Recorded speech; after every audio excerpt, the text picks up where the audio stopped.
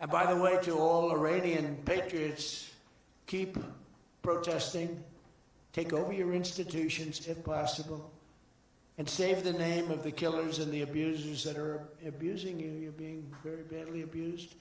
If the numbers are right, now I hear 5 different sets of numbers. I hear numbers, look, 1 death is too much.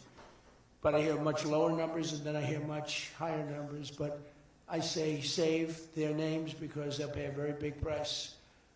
And I've canceled all meetings with the Iranian officials until the senseless killing of protesters stops. And all I say to them is help is on its way. You saw that I put tariffs on anybody doing business with Iran. Just went into effect today.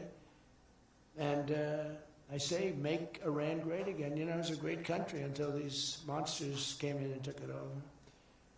And it's all very fragile. What would have happened to us? I'm telling you. If I didn't win this election, what would have happened to us? In the coming weeks, I will be laying out even more plans to help bring back affordability. And again, remember, that's a fake word by Democrats.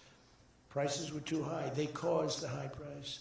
They never want to talk about affordability. They always go, this is an election about affordability. I say, they caused it. But they're good at that stuff. They're good at that stuff. They're fake. And they're good at that stuff. It's an election about high prices that was caused by the Democrats and that I brought down a lot.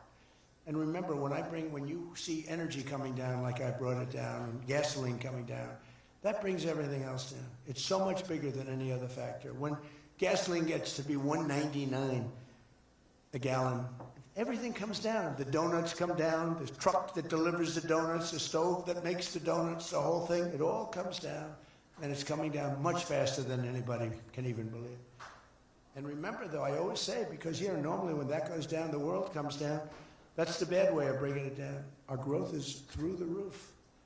So I always want to say that whenever I say prices are coming down, but our growth is going way up. 2 beautiful events, the exact opposite of the Biden administration.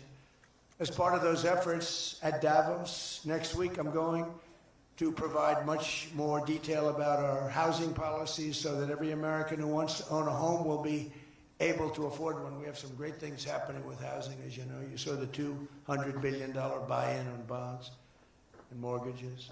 This will include a ban on large institutional investors buying up single-family homes all over the country and making it impossible for people to buy a home.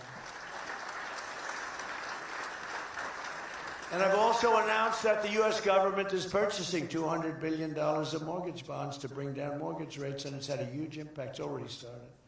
And just last week, the average 30-year mortgage dropped below 6% for the first time in many years. It's coming down very rapidly, and that's not with the help of the Fed. If I had the help of the Fed, it would be easier. But that jerk will be gone soon. In addition, I proudly called for the credit card companies to cap interest rates at 10% for 1 year, because they're getting 28 and 30% and 32%. And it's unfair. The rates are way too high. To provide further relief to hardworking Americans, we'll also be confronting one of the biggest factors in driving up prices, the monstrosity known as the Unaffordable Care Act. You know what that is?